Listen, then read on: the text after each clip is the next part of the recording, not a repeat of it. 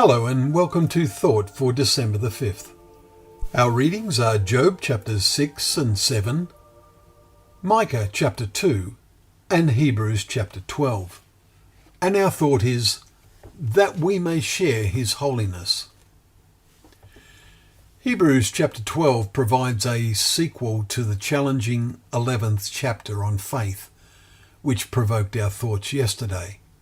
It starts, "Therefore, since we are surrounded by so great a cloud of witnesses, let us also lay aside every weight and sin which clings so closely, and let us run with endurance." The cloud of witnesses are those who were named as men and women of faith in chapter 11.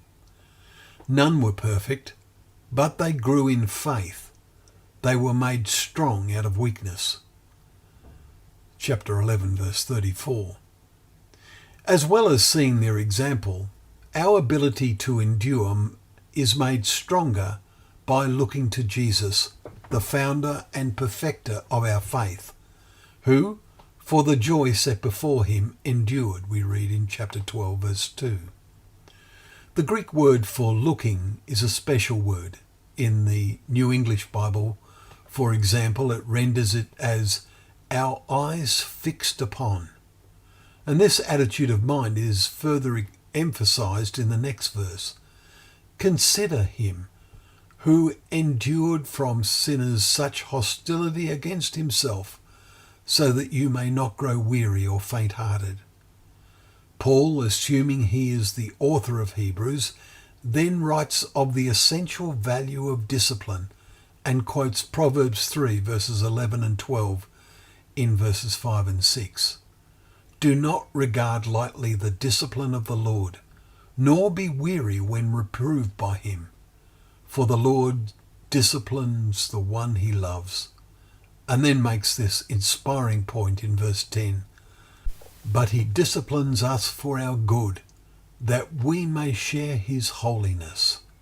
And then he adds, "For the moment all discipline seems painful rather than pleasant, but later it yields the peaceful fruit of righteousness to those who have been trained by it." Think of Job. We are reading at the moment his words of distress and also his frustration with those who are classified as friends. But as we complete this book this month, we will marvel at its climax. Job achieves a wonderful insight in knowing the Almighty, as well as final and wonderful personal benefits. Our Hebrews reading draws to a close with a quotation we will soon read from the prophet Haggai.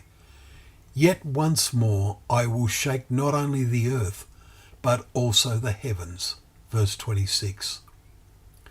So many scriptures indicate that a mighty earthquake is part of God's final judgments. Consider Isaiah 29 verses 6 to 8 and Zechariah 14 verses 4 to 9, while in Revelation chapter 16 verses 17 to 19, it is the sequel to Armageddon. These extreme earthquakes have often included volcanic eruptions, so that the atmosphere is seriously affected. Some prefer to think it is only the political heavens that are shaken and destroyed, and that may be so, but we doubt it. Our Hebrew chapter ends, "Therefore let us be grateful for receiving a kingdom that cannot be shaken, and thus let us offer to God acceptable worship, with reverence and awe, for our God is a consuming fire." With an attitude of reverence and awe toward God, we can have confidence and faith that we may share his holiness. Well, thank you once again for joining us for Thought for the Day, where together we can open up the page of God's Word, knowing that Word to be a lamp to our feet and a light to our path.